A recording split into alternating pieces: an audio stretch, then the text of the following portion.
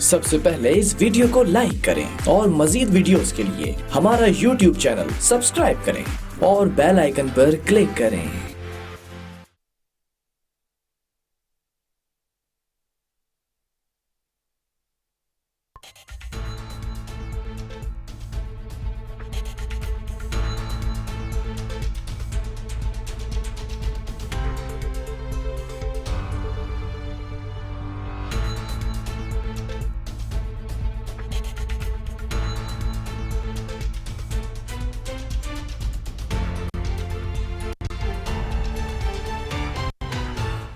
अस्सलाम वालेकुम नाज़रीन, प्रोग्राम कराची टुडे और मैं हूं आपका मेज़बान बिलाल खान। आज सबसे अहम इशू के ऊपर बात की जाएगी। सानिया बल्दिया, उज़ैर बलोच और निसार मुराई की जीआईटीज़ जो उसमें अहम इंकशाफात सामने आए हैं। सबसे पहले थोड़ा उज़ैर बलोच की जीआईटी के ऊपर बात की जाएगी कि पीपल्स पार्टी से उसके रवाबित ऑब्वियसली किसी से ढके छुपे नहीं है, लेकिन बातें सामने आ रही हैं क्योंकि एतराफ़ी बयान भी एक तरफ सामने आ चुका है उज़ैर बलोच का। मजिस्ट्रेट के सामने भी जो है वो 164 का बयान भी कोर्ट कराया जा चुका है। लेकिन अली ज़ैदी साहब आते हैं वफाकी मिनिस्टर और ये कहते हैं कि जो जीआईटी पेश की गई है टेम्पर्ड है, इसके अंदर कुछ जो है वो टेम्परिंग की गई है, ये वो जीआईटी नहीं है जो सिंध हुकूमत ने पेश की है। असल हकीकत क्या है, इसी पर आज बात करने के लिए हमारे साथ मौजूद मेहमान जो है वो ऑन कॉल मौजूद हैं। सिंध असम्बली के ये MPA peoples party doctor Sohrab Sarki. Doctor साहब बहुत शुक्रिया ज्वाइन करने के लिए। डॉक्टर साहब हमेशा हम आपको दूसरे मौजूआत पे लेते हैं, आज ये जो है वो थोड़ा कॉम्प्लिकेटेड मामला बन गया है ये जीआईटी रिपोर्ट का। सबसे पहले तो जानना चाहूंगा कि जो जीआईटी पेश की गई है इसमें टेम्परिंग की बात सामने आ रही है, इस पर क्या कहेंगे? ये तो मेरे ख्याल में इम्पॉसिबल है। इतने उसके मेंबर हैं और ये जीआईटी का सरबराह है और असास इदारों के मेंबरान हैं, उसमें टेम्परिंग तो नहीं हो सकती। अब ये तो अजीब सूरत हाल ये पीटीआई वाले जो हैं वो कह रहे हैं। इस पे मेरे ख्याल में ऐसी कोई बात नहीं है। जो रिपोर्ट हमने पेश की है यही रिपोर्ट है और यही रिपोर्ट पहली मरतबा पब्लिश हुई है। नहीं तो ये जो अली ज़ैदी साहब कह रहे हैं कि सुप्रीम कोर्ट से उज़ैर बलोच की जो जीआईटी है उस पर खुद नोटिस देने की अपील की है, तो क्या ऐसे एतराज़ात क्यों हैं? ऐसी क्या चीजें हैं जो नहीं दिखाई गई हैं इस जीआईटी में जो आप लोगों ने पेश की है? नहीं, जीआईटी में तो जो चीजें जीआईटी ने खुद मॉनिटर की है और सारी जो है वो उन्होंने जो चीजें हैं। जी हेलो, थोड़ा टेक्निकल इशू है, इसको थोड़ा सा रिजॉल्व किया जाए, उसके बाद दोबारा कॉल मिलाई जाए। बहरहाल नाज़रीन मैं बात कर रहा हूँ इस वक्त उज़ैर बलोच की जीआईटी के हवाले से। थोड़ी सी चीज़ें हैं उज़ैर बलोच के हवाले से जो रिपोर्ट में इंकशाफात किए गए हैं। 2011 में ये भी कहा गया कि जुल्फ़िकार मिर्ज़ा के इस्तीफ़े के बाद मामलात बिगड़ चुके थे और ये भी कहा गया कि जुल्फ़िकार मिर्ज़ा साहब जो है वो खुद एडमिट कर चुके हैं कि हमारे अपने बच्चे हैं ये सारे। तो ये ऑब्वियसली सियासी असर रसूख रहा है। डॉक्टर साहब ने दोबारा ज्वाइन किया है, डॉक्टर सोराब सरकी। डॉक्टर साहब जानना चाहूँगा ये सियासी असर रसूख जो उज़ैर बलोच के ऊपर था वो पीपल्स पार्टी का था? देखिए मैं आपको बात बताऊं, आसिफ अली जरदारी का आज जो प्रेस कॉन्फ्रेंस की हमारे अली ज़ैदी साहब और शिबली फराज साहब ने, तो उन्होंने आसिफ अली जरदारी साहब का एक इंटरव्यू भी पहले दिखाया। आपने अगर गौर किया होगा पूरी मीडिया पे चला। उन्होंने सब इन चीजों को डिसऑन किया और उन्होंने कहा कि हमारा ऐसे कोई वास्ता नहीं है। शायद मेरे ख्याल में ये इंटरव्यू तब का है जब वो प्रेसिडेंट ऑफ पाकिस्तान थे, तो उन्होंने सब इन चीजों से उन्होंने डिनाई किया और ऐसी कोई बात नहीं है। और उन्होंने ये कहा कि हमारा इस तरह का ताल्लुक हो सकता है जिस तरह दूसरे लोग। नहीं तो उज़ैर बलोच का ताल्लुक पीपल्स पार्टी से कभी था या नहीं था, ये सवाल है मेरा। देखें, पाकिस्तान पीपल्स पार्टी से अगर उसका ताल्लुक होता तो वो जो मेंबरान हलफ ले रहे हैं वो आपको पता है कि वो ये हलफ उठा रहे हैं कि उज़ैर बलोच जिस पार्टी में चाहेंगे हम उस पार्टी में जाएंगे। इस हद तक जो है वो सूरत हाल वो तो इसे ये जीआईटी में जो मतलब इन्होंने जो प्रेस कॉन्फ्रेंस में बता रही, वो प्रेस कॉन्फ्रेंस ये बता रही है उज़ैर बलोच पीपल्स पार्टी के मतलब हिमायत में नहीं थे। जब वहां पर हुकूमत हमारी बन गई तो फिर उनके मेंबर ना कर हमारे साथ बैठे। नहीं तो उज़ैर बलोच के तो एतराफ किया गया है, एतराफात हैं कि भाई पीपल्स पार्टी के कहने पर जो है वो हम ये काम करते रहे। कत्लो गारत की बातें भी की गई लियारी के अंदर, तो उसमें भी आप लोगों की पार्टी के बड़े बड़े नाम है, उनका नाम सामने आ रहा है कि इनके असर रसूख था। कोई नाम सामने नहीं आ रहा है। अगर कोई है तो बिल्कुल जीआईटी है उसके। मैं तो ये कहता हूँ कि हमारे कोई भी उसमें कोई भी इन्वॉल्व नहीं है। और अगर खुदा न खास्ता कोई ऐसी बात है तो ऐसी नहीं तो वो जो मुलाकातें होती थी आपकी पार्टी के लोगों के साथ, फरियाल तालपुर की, शर्मिला फारूकी की, इन लोगों की जो मुलाकातें वो क्या थी? देखें, मैं आपको गुजारिश करूं, ये हमारे अयाज लतीफ फलीजो ने पूरी रैली निकाली जाकर उजैर बलोच के साथ। फिर अयाज लतीफ फलीजो भी उसके साथ कोई क्रिमिनल एक्टिविटी, उसका एक असर था उस वक्त उसमें इलाके में। नून लीग का वफद जाकर मिला था, जो हमारे सदर पाकिस्तान बने वो जाकर उनसे मिले थे, जो नून लीग के जमाने में ममनून साहब जाकर मिले थे। ये बात नहीं है। आप इस कॉन्टेस्ट में पाकिस्तान पीपल्स पार्टी के साथ बिल्कुल कतई तौर पर नहीं जोड़ सकते हैं। बाकी अगर कोई और एविडेंस नहीं तो जब ये चीजें वाजे थी कि ठीक है वो एक सरगना था, एक गैंग वॉर का जो है वो हिस्सा था, तो मुलाकातें क्यों होती नहीं? आप तो गवर्नमेंट में थे, हुकूमत की जानिब से मुलाकातें हुई।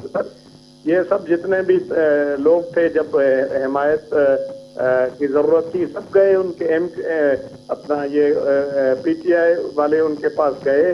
और ये मतलब आप इसलिए गए थे, हिमायत के लिए गए थे आप लोग? नहीं, हम तो नहीं गए। हम तो आप लोगों की तस्वीरें, आपके रहनुमाओं की पिक्चर्स हैं उसके साथ। नहीं, वो तो एक इशाइया था। इशाइये में मैं खुद सियासतदान हूँ, इशाइया था उसमें, दावत में कोई पिक्स वगैरह वो जो दिखा रहे हैं वो तो बिल्कुल है। तो किसका इशाइया था ये?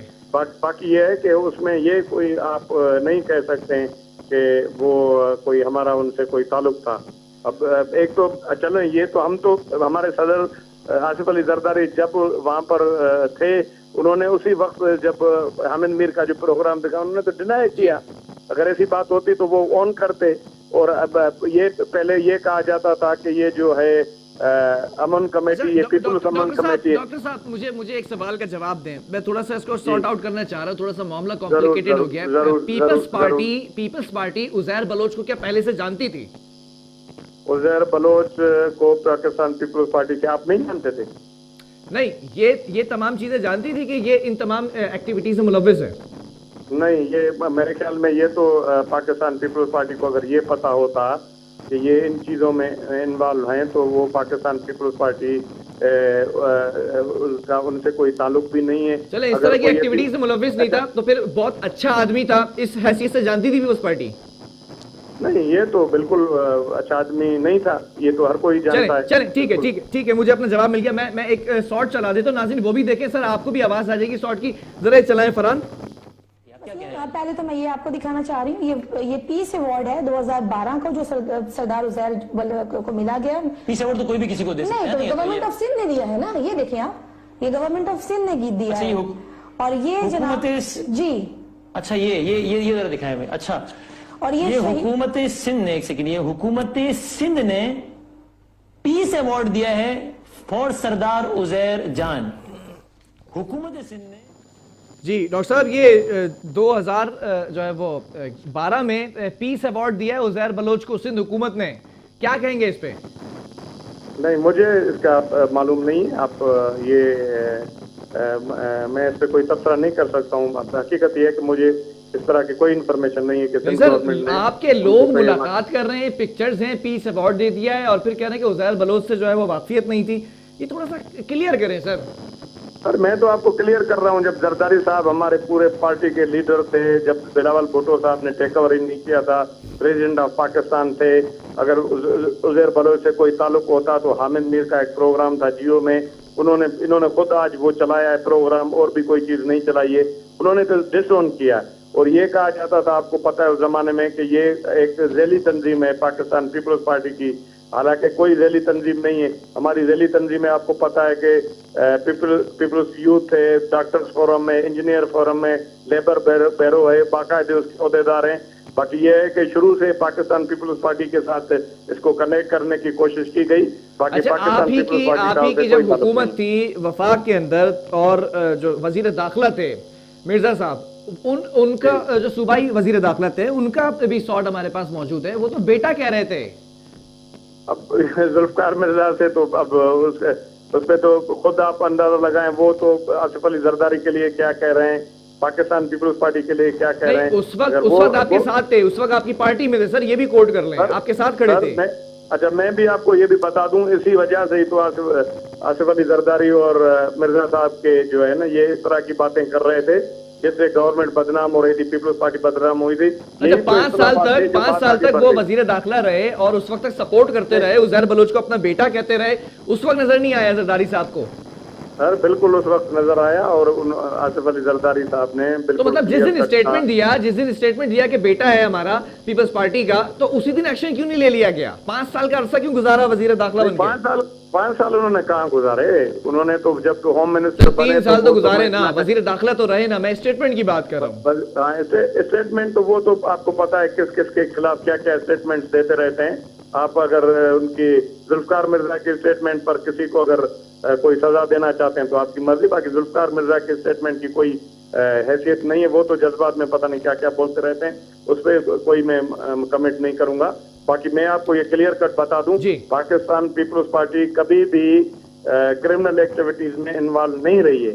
बाकी ये है कि वहां पर जो लियारी में जो हमारे लोग रहते थे, आपको पता है कि एक लसानी एक पूरा फसाद चल रहा था, उसमें हमारे जो लोग जो हैं वो पाकिस्तान पीपल्स पार्टी के, आपको पता है कि जब इनके एमक्यूएम के इलाकों में जाकर जो बैठे 50, 60, 70 पोलिंग स्टेशन पे जाकर एजेंट बन के बैठे, 70 के लोग मार दिए गए। आप उस पर क्यों नहीं बात करते हैं? तो उसके रिएक्शन में अगर उन्होंने कोई बात की तो आप पीपल्स पार्टी के खाते में वही तो छोड़ के, आपको पता है कि बिलावल भुट्टो साहब वहां से इसलिए तो हार गए, उन्होंने कहा कि ये जो है हमारे लोग जो हैं, जो एजेंट 100 की तादाद में बैठते थे लियारी में, उनको एमक्यूएम वालों ने, दहशतगर्दों ने कत्ल कर दिया। नहीं तो उजैर बलोच का इस पर भी बयान है, इस पर भी एक एतराफ किया है। नहीं, मैं थोड़ा सा इस पर बात करना चाहूंगा ना सर, मैं चाहूंगा इस पर भी बात की जाए। उसने ये भी कहा है कि मुझे सियासी बुनियादों पर पैसा दिया जाता था और ये कहा जाता था कि लियारी में एमक्यूएम के टारगेट किलर्स को घुसने नहीं दिया जाए।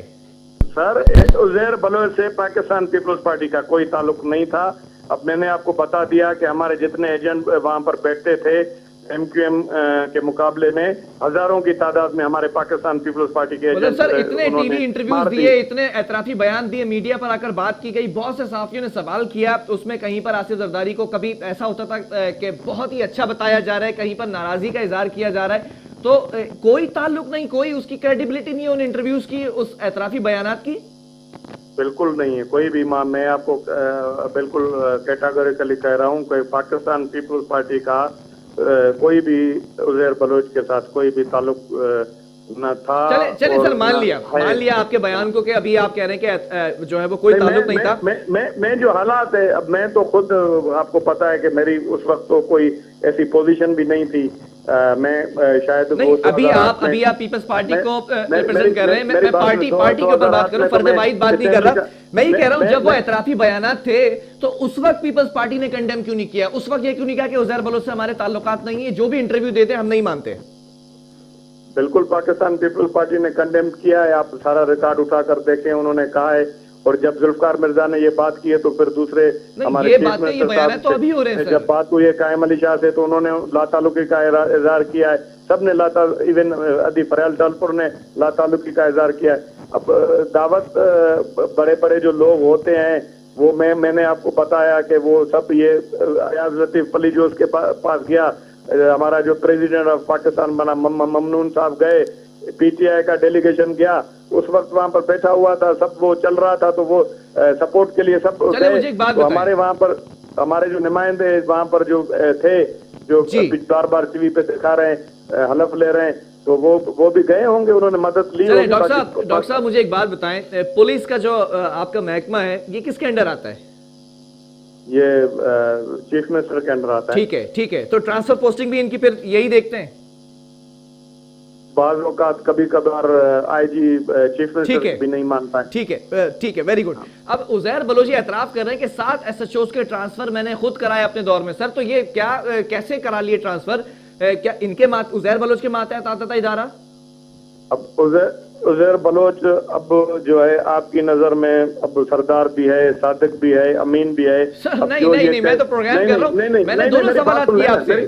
सर मेरी बात तो सुन लेना। अगर वो सादिक अमीन है, अगर वो बयान दे रहा है मिसाल के तौर पर डॉक्टर सोहराब सर की ने ये करवाएं, तो उस पर तो इन्वेस्टिगेशन होगी ना, इन्वेस्टिगेशन करवाएं, जो भी है करवाएं कानून के मुताबिक। अब उजैर बलोच के कहने पे अगर ये उजैर बलोच तो मेरे भाई पाकिस्तान पीपल्स पार्टी पे नाराज था, वो तो सारे जो है वो सारे वहां पर पाकिस्तान पीपल्स पार्टी को घुसने नहीं दे रहा था।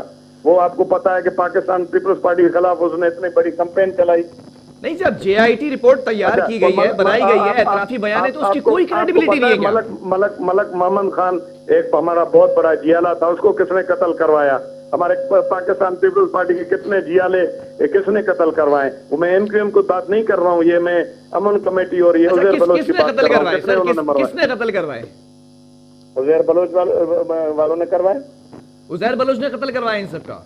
हाँ, ये कहा तो यही जा रहा है। और वो जो उनके लवाकिन है उन्होंने भी केस यही दाखिल करवाया। तस्वीर भी चलाएं जो पीपल्स पार्टी के लोगों के साथ इनकी तस्वीर है। तो मेरे साथ मैं तो बहुत सारे चैनल पे जफर बलोच के साथ, दूसरों के साथ, भाई मैं भी खुद डॉक्टर साहब, अगर आपके किसी करीबी शख्स को कोई कत्ल करवाएगा तो आप बैठकर उसे पीस के अवार्ड देंगे या फिर उसके साथ बैठकर जो है वो तस्वीर खिंचवाएंगे? जरा से ये मुझे बताएं। ये जो है ना इख्तिलाफात, ये आप भी यहाँ पर कराची में रहे, आप भी सीनियर अभी सहाफी हो गए, आप इन्वेस्टिगेशन करें। पाकिस्तान पीपल्स पार्टी के साथ बिल्कुल उसके इख्तिलाफात थे। एक टाइम था वो नून लीग में अनाउंस करने वाला था और उसका ये उसने पाकिस्तान पीपल्स, अभी भी नबील गबोल जो है वो आप चले इख्तिलाफात से पहले वाले दौर की बात करते हैं ना, उस वक्त तो दोस्ताना माहौल था नहीं था? नहीं हमारा, मैं तो ये समझता हूँ कि आप चलें, आप ये तो मैं कह रहा हूँ ना कि सर मैं आपको एक बात बताऊं, एक आम बंदा अगर चाहे ना तो आपकी पार्टी के आला कायदे से मिलने के लिए टाइम लेता है। अब ये तस्वीर क्या प्रूफ दे रही हैं, ये मुझे बताएं ना। आपकी हाई कमांड से जो मुलाकातें हुई हैं उजैर बलोच की, भाई मेरे, अगर कोई इलेक्शन कैंपेन के लिए जाता है वहां पर, अगर कोई आदमी वहां पर खुदा न खास्ता कोई भी क्रिमिनल आदमी वहां पर कोई बैठा है तो बिठा दे। सर कोई शख्स नहीं है, गैंगस्टर एक सर बड़ा 198 लोगों का कत्ल किया, इसने एतराफ किया है, खुद एतराफ कर रहा है कि मैंने कत्ल किया इन लोगों का। बिल्कुल, उसने अगर किया है तो वो अभी पकड़ा भी गया है। और जो भी क्रिमिनल है, मतलब मैं सहाफी होकर आपसे सवाल कर रहा हूँ, सरकार में रहकर आपको ये तमाम चीजों का इल्म नहीं था कि ये गैंगस्टर है? बिल्कुल, मैं तो आपको बता रहा हूँ ना कि हमें मतलब ये जब पता चला, ये तो अब ये सारी बातें सामने आ रही है ना, और इसमें सिर्फ जो है वो आपको मतलब पता है कि यहाँ पर जो क्रिमिनल लोग होते हैं वो तो कहीं पे भी छुप कर बैठ सकते हैं। और आपको पता है वहाँ पर कितने जो है उन्होंने उसी जमाने में, आप कोई बात मानने के लिए तैयार नहीं है, वहाँ पर जो है हमारी जो है वहाँ पर जो पुलिस फोर्स गई है, पुलिस फोर्स पे कितने अटैक हुए हैं, कितने लोग वहाँ पर मरे। इन्हीं लोगों की पकड़ने के चक्कर के अंदर वहां पर बड़े बड़े पुलिस के लोग मरे। ऐसी बात नहीं है कि उस वक्त उन्होंने अटेम्प्ट नहीं किए। जब उन्होंने एक शख्स के बारे में उजैर बलोच ये कह रहा है कि इनकी सरपरस्ती में काम किया करता था, ये असला दिया करते थे, ये पैसा दिया करते थे। मिर्जा साहब की बात कर रहा हूं मैं, ठीक है, फिर आप उसके बाद जवाब दीजिएगा पूरा सवाल होने के बाद। अब वो शख्स आपकी पार्टी के अंदर एक ओहदा लेकर बैठा था, एक मिनिस्ट्री लेकर बैठा था, तो इस वजह से आपकी पार्टी की क्रेडिबिलिटी डैमेज नहीं होगी क्या, इमेज डैमेज नहीं होगा? नहीं, अगर उसने ऐसी कहा है और इस तरह की बात है तो बिल्कुल डैमेज हुई होगी। और आपको पता है कि अब वो हमारी पार्टी में भी नहीं है। और अच्छा, आप तो इस फिर मैं ये समझ लूं, जुल्फिकार मिर्जा साहब के साथ उजैर बलोच के पर्सनल ताल्लुकात थे, पार्टी से कोई ताल्लुकात नहीं थे? देखिए, मैं आपको बात बताऊं, अब आप अल्ताफ हुसैन को क्या कहते हैं? क्या कहते हैं सर, आप बताएं। नहीं, क्या कहते हैं अल्ताफ हुसैन को? नहीं, वो क्या थे? क्या थे सर? पार्टी के चीफ थे। और वो उन पे क्या इल्जाम थे जो उजैर बलोच पे हैं, या वो हैं इल्जाम उससे ज्यादा थे या कम थे? सर ये अभी दूसरा सेगमेंट मेरा उसी पर ही है, बल्दिया फैक्ट्री पर ही मैंने सवाल करने हैं। ये तमाम सवाल मैंने उसी से करने हैं। अभी आप उजैर बलोच की बात करें, अल्ताफ हुसैन की अगर बात करें तो अगला टॉपिक मेरा बल्दिया फैक्ट्री है। कोई पार्टी जो है वो कोई 90 पे नहीं गई। और अब 90 पे कोई सिंध गवर्नमेंट ने छापा मारा था, जब सब सिंध गवर्नमेंट कह रही थी कि 90 पर कोई प्रोग्राम नहीं हुआ क्या? साथियों ने प्रोग्राम नहीं किए? सर मैं तो कह रहा हूँ ना, 90 पे किसने छापा मारा? जब वो हमारे अलाइव से किसने जाकर 90 पे उन्होंने छापा मारा जिन्होंने उजैर बलोच को गिरफ्तार किया। बस, वो तो किसी वक्त भी कर सकते थे। मतलब आप ये मानने को तैयार नहीं है कि आप लोगों से ताल्लुकात थे? सर मैं तो बिल्कुल मानने के लिए तैयार नहीं हूँ। मैं तो आसिफ अली जरदारी ने जो बात की है ना, चले एमक्यूएम ने भी डिसोन किया था तमाम टारगेट किलर्स को, आप भी डिसोन करते हैं। बिलावल साहब मैं पार्टी को सही तरीके से टेक ओवर भी नहीं किया था। बार बार मैं बता रहा जी। हूँ, आमिर मीर के प्रोग्राम में उन्होंने उजैर बलोच को और ये जो भी था उनको डिसऑन किया। बार बार उसने उनसे पूछा, उन्होंने कहा कि मेरा उनसे कोई ताल्लुक नहीं है। चलें, मैं बहुत खुदा न शुक्रिया। खास्ता, मिसाल के तौर पर जी, मेरी बात जी, सुन लें। जी। अब मैं मेरे इलाके में कोई, मिसाल के तौर पर मेरे इलाके में कोई क्रिमिनल आदमी है, क्रिमिनल एक्टिविटी में इन्वॉल्व है, ठीक अब है। मैं जाकर उससे कोई मदद मांगता हूं तो पूरी पार्टी तो उसमें आप उसको इन्वॉल्व नहीं कर सकते हैं। और अगर सिंध हुकूमत की जानिब से, पूरे इलाके की जानिब से, जिसको आप होल्ड कर रहे हैं, अगर पीस अवार्ड दे दिया जाता है तो उसमें कौन मुलव्विस होगा सर? सर पीस अवार्ड हुकूमत कैसे दे सकती है? मेरे तो ख्याल में ये तो अभी मैंने आपको शॉट दिखाया, वो ट्रॉफी दिखाई, सारी चीजें दिखाई। 2012 में सिंध कौन हुकूमत दे ने रहा है पीस उसको अवार्ड दिया। Peace award? कौन दे रहा है? कौन दे रहा है? चले, मैं आपको व्हाट्सएप कर दूंगा तमाम डिटेल्स ना, फिर उसको बैठ के आराम से भी आप डॉक्टर साहब मुझे देखिएगा। पता नहीं है, अगर ये आप बता रहे हैं, मुझे पता नहीं है। आप यकीन करें, मुझे होता तो बिल्कुल मैं आपको बता देता कि अगर पीस अवार्ड कोई दे रहे, सिंध जी। गवर्नमेंट का कोई नुमाइंदा दे रहा है तो मैं कहता गलत उसने किया है। चलें, बहुत शुक्रिया डॉक्टर सराफ सर की। एमपीए पीपल्स पार्टी की जानिब से हमारे साथ मौजूद थे। बलोच के पीपल्स पार्टी से किसी किस्म के कोई ताल्लुकात नहीं है, डिसोन करते हैं। और ये भी कहा कि हमारी सरपरस्ती नहीं थी, जबकि शवाहिद ये बताते हैं, टेक्निकली तौर पर सोचा जाए कि पार्टी की हाई कमांड के साथ पिक्चर्स मौजूद हैं। आप आवाम जो इस वक्त देख रही सुन रही है, जरा एहतसाब करें कि अगर आप पीपल्स पार्टी की या किसी भी पार्टी की हाई कमांड से मिलना चाहें तो क्या एक आम आदमी जाकर मुलाकात कर सकता है, तस्वीर खिंचवा सकता है, उनकी हाई कमांड के साथ बैठकर जो उनकी वीडियोज आई हैं वो तमाम चीजें करवा सकता है? ये थोड़ा सोचने की बात है। अगर करवा सकता है तो ऑब्वियसली उसके ताल्लुकात होंगे। यहां वक्फा लूंगा, इसके बाद एक और स्टोरी पे बात करेंगे।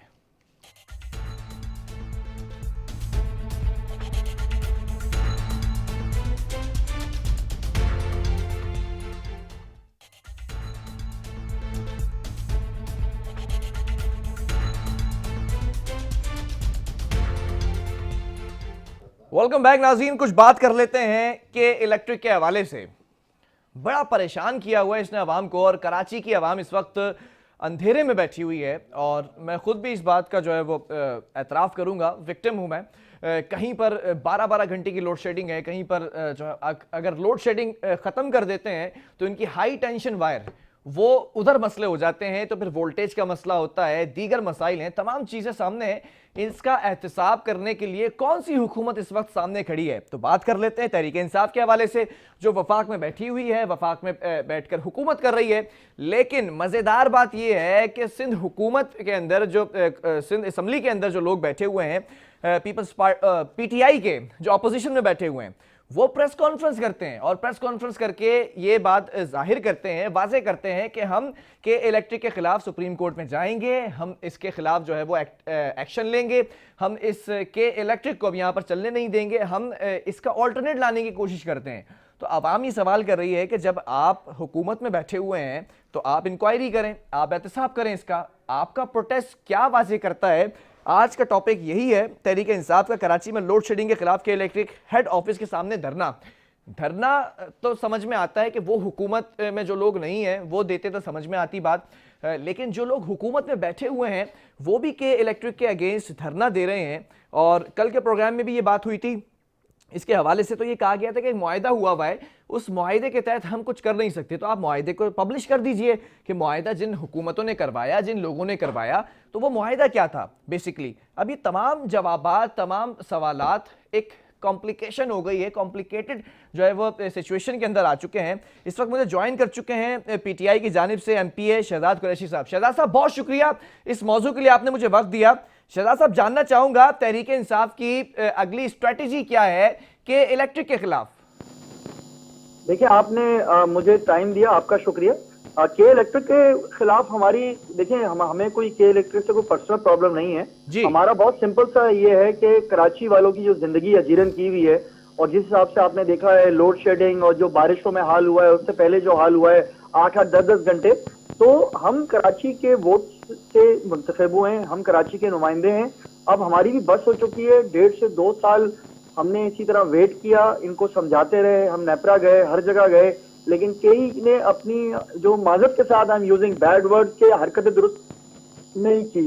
ओवर बिलिंग, लोड शेडिंग, 8-8, 10-10 घंटे विदाउट अनाउंसमेंट आप लोड शेडिंग कर रहे हैं, अनअनाउंस कर रहे हैं। तो आपने देखा है कि अल्हम्दुलिल्लाह कराची की क़यादत और जितने भी हमारे एमपीज एमएनएज हैं, आप देख लें आज दूसरा दिन है, हमारा अलामती धरना जारी है।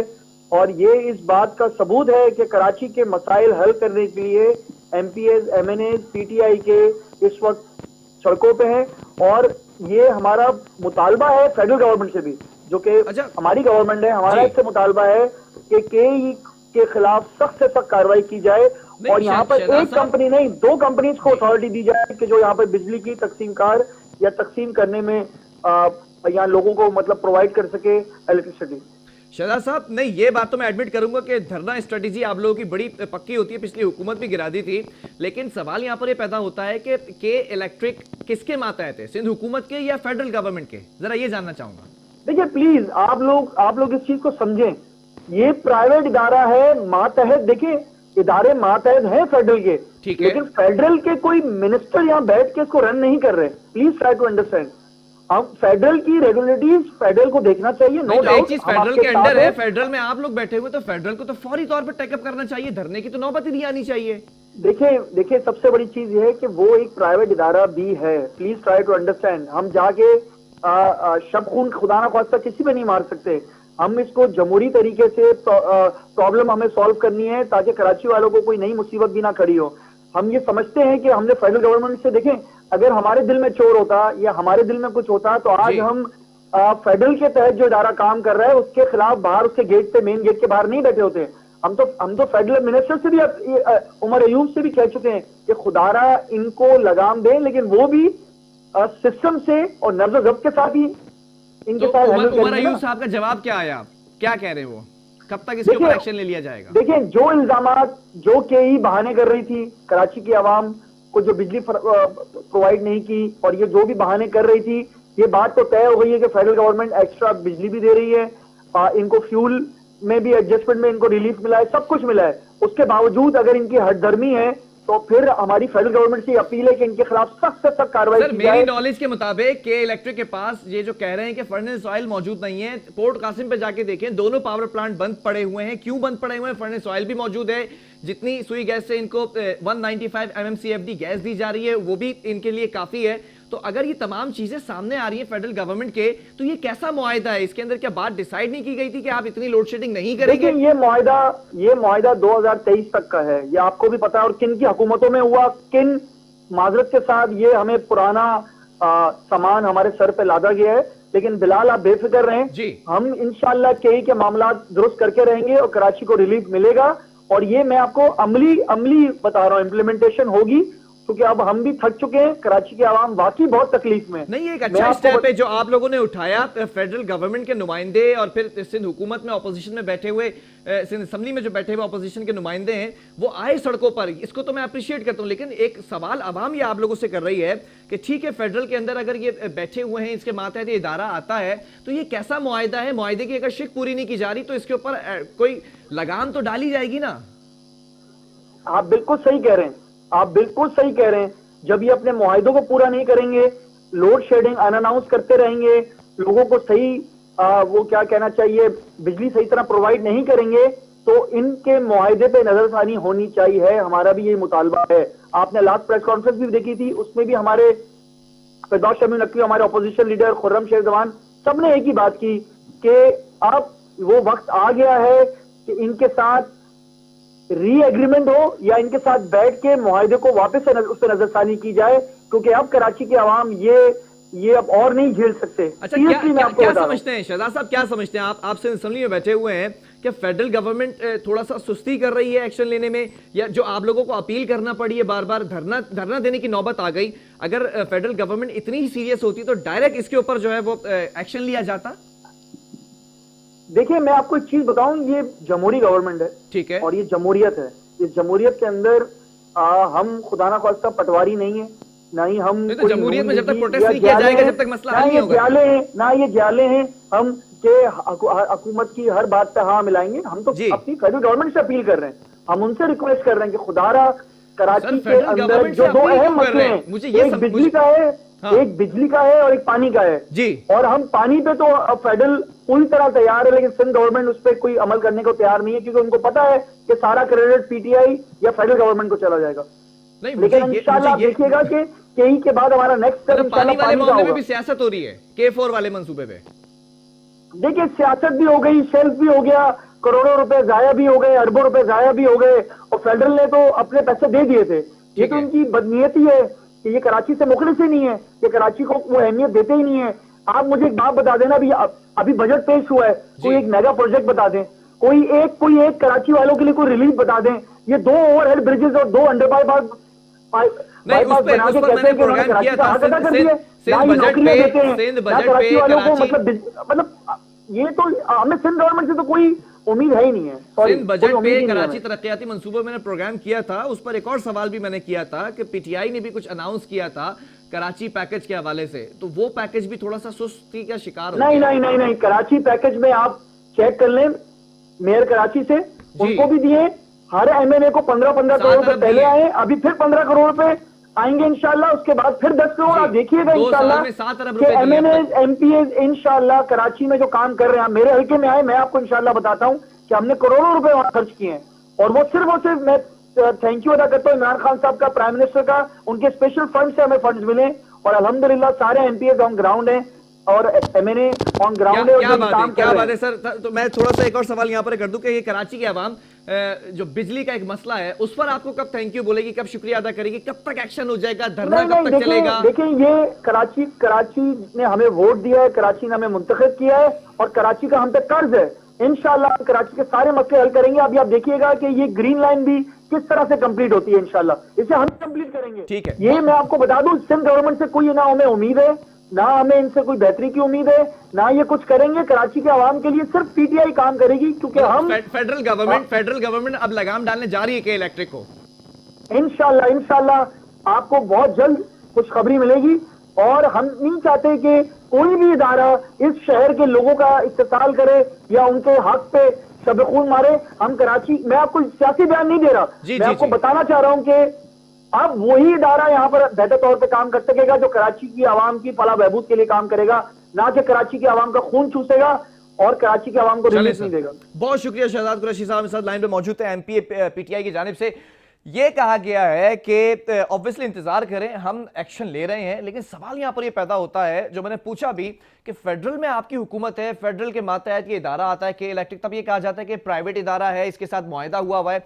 तो मुआहिदे के अंदर अगर ये तमाम चीजें वाजे की गई थी कि लोड शेडिंग नहीं करेंगे, आपके पास फर्नेस ऑयल मौजूद है, आपको सुई गैस दे रहा है, दीगर जराओं से भी प्राइवेट प्लांट्स हैं, वहां से भी गैस मिल रही है, वहां से भी आपको जो है वो बिजली बना के दी जा रही है, तो फिर ये लोड शेडिंग क्यों की जा रही है? आप अगर फेडरल में बैठे हुए हैं और आप फिर कराची में आकर प्रोटेस्ट करते हैं, तो ये एक ऐसा मामला है कि ये समझ में ना आने वाली बात है कि आप प्रोटेस्ट भी कर रहे हैं, आपकी हुकूमत भी है, आप एक्शन क्यों नहीं ले रहे हैं? अभी तक तो ये कहा गया है कि यकीन दहानी करवाई है कि एक्शन ले लिया जाएगा। अब देखते हैं कब एक्शन लिया जाता है कि इलेक्ट्रिक के खिलाफ। यहां पर वक्फा लूंगा, इसके बाद दीगर स्टोरी शामिल करेंगे।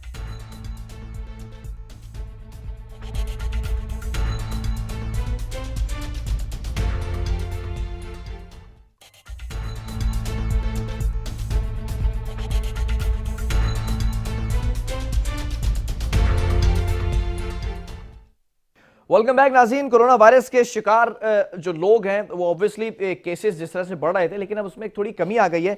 लेकिन एक डिपार्टमेंट ऐसा है जहां पर केसेस बढ़ते हुए नजर आ रहे हैं। 3 रोज के अंदर 3 डेज सिंध पुलिस के मजीद 215 अहलकार कोरोना का शिकार हो चुके हैं। सिंध पुलिस प्रोटेक्शन में जो है वो पीछे क्यों है? क्या सेफ्टी किट्स नहीं दी जा रही? क्या एहतियाती तदाबीर मलूज़ खातिर नहीं रखी जा रही? इसी पर बात करेंगे। नुमाइंदा K21 न्यूज़ सौलत जाफरी हमारे साथ मौजूद है। सौलत, ये बताइएगा कि आप ऑन फील्ड होते हैं, तमाम चीज़ों को एनालाइज करते हैं, रिपोर्टिंग करते हैं इस पर। ये 3 दिन जो गुजरे हैं, पुलिस फोर्सेस की अगर बात कर ली जाए और सिंध पुलिस की अगर स्पेशली बात की जाए, 215 एहलकार कोरोना का शिकार हो चुके हैं। पुलिस मौक़िफ़ क्या है इस पर? जी बिल्कुल, मैं आपको बताऊं बिलाल, कोरोना वायरस के सिंध पुलिस पर सिंध पुलिस में अभी जो है वो वार जारी है। मैं आपको बताऊं कि 3 रोज के दौरान 215 एहलकार कोरोना का शिकार हो गए हैं। तर्जुमान पुलिस के मुताबिक कोरोना के खिलाफ फराइज की अंजामदही के दौरान 16 पुलिस अफसरान एहलकार शहीद हुए। 14 में से 14 एहलकारों का ताल्लुक कराची, जबकि 2 का हैदराबाद रेंज से बताया जाता है। 14 से 23 एहलकार जेर इलाज हैं इस वक्त, जो कि कोरोना के पेशेंट बताए जाते हैं, जबकि 446 एहलकार सेहतियाब हो चुके हैं। कोरोना से मुतासरा एहलकारों का मुकम्मल तौर पर ख्याल रखा जा रहा है और इस सिलसिले में रोजाना की बुनियाद पर इक़दाम जारी हैं। कोरोना के खिलाफ हर अव्वल दस्ते के तौर पर काम करने वाले अफसरान और जवान खिदमत इंसानियत के लिए इंतहाई पुरज़म और बुलंद हौसला जो है वो दिखाई देते हैं। लेकिन एक सबसे बड़ी मुसीबत जो है वो इस टाइम सिंध पुलिस के ऊपर दिखाई दे रही है कि 3 रोज़ के दौरान 215 एहलकारों में कोरोना की जो है वो सिम्टम्स पाए जा रहे हैं, उनका टेस्ट कराया जा रहा है। तो 215 एहलकार और अफसरान जो है वो सामने आए हैं, जो कि 3 रोज़ की रिपोर्ट है। मजीद आगे भी जो है वो बताया जा रहा है कि मजीद टेस्ट कराए जा रहे हैं सिंध पुलिस के पुलिस एहलकारों में और एहलकारों के जो इस वक्त तादाद बढ़ती चली जा रही है, तो पुलिस ने कोई सेफ्टी प्रिकॉशंस रखे हैं अपने एहलकारों के लिए? क्योंकि ऑब्वियसली सड़कों पर तैनात भी हैं, ड्यूटीज भी सर अंजाम दे रहे हैं, लोगों को भी रोका जा रहा है लॉकडाउन के अंदर, तो इस तमाम सिनेरियो के अंदर कोई सेफ्टी प्रिकॉशंस रखे गए? आज बिल्कुल बिलाल, देखने में आता है कि इब्तदाई तौर पर जब ये लॉकडाउन का सिलसिला शुरू हुआ था और पुलिस अव्वल दस्ते में खड़ी हुई दिखाई दे रही थी, तो मास्क और हैंड ग्लव्स का इस्तेमाल किया जा रहा था। लेकिन उसके बाद जैसे जैसे वक्त बढ़ता गया, इसी के दौरान जो है वो एहलकार और अफसरान में भी जो है वो कोरोना का खदशा जो है वो कम होता दिखाई दिया। अब देखने में ये आता है कि अगर आप सड़कों पर निकलें और स्नैप चेकिंग देखें या रोड पर पुलिस एहलकारों को देखें, तो कमोबेश अब ऐसे पुलिस अफसरान और एहलकार हैं जो कि मास्क पहने हुए दिखाई देते हैं। कई एहलकार जो है वो इसमें अपनी जो है वो कोताही भी दिखा रहे हैं, क्योंकि उनको प्रॉपर SOPs के मुताबिक जो है वो किट्स फराहम नहीं की जा रही हैं, ना ही उनके पास ग्लव्स हैं और ना ही मास्क हैं, ना तो उनको जो है वो जी सौलत, बहुत शुक्रिया इस हवाले से हमें अपडेट करने के लिए। नाज़रीन, अगर आप KPO कराची पुलिस ऑफिस का दौरा करें या CPO सेंट्रल पुलिस ऑफिस का दौरा करें या फिर DIG ऑफिस का दौरा करें, तो वहां पर लोग मास्क पहने हुए होते हैं, सेफ्टी प्रिकॉशंस जो है वो मलूज़ खातिर रखी जाती है। लेकिन सड़कों पर जो पुलिस एहलकार तैनात हैं, वहां पर सेफ्टी प्रिकॉशंस की इस वक्त ज़रूरत है, जो इस वक्त मुझे फकदान नजर आ रहा है। बहरहाल पुलिस फोर्सेज को यही पैगाम है कि अपने एहलकारों का ख्याल रखें, क्योंकि कोरोना वायरस की जो लोगों की तादाद है मुतासर होने वाले, वो बढ़ती चली जा रही है। बहरहाल प्रोग्राम का वक्त खत्म हुआ, आपके फीडबैक का मैं मुंतज़िर हूं। आपने अपना फीडबैक मुझ तक जरूर पहुंचाना। जब तक के लिए बिलाल खान और मेरी पूरी टीम को दीजिए इजाजत। अल्लाह हाफिज।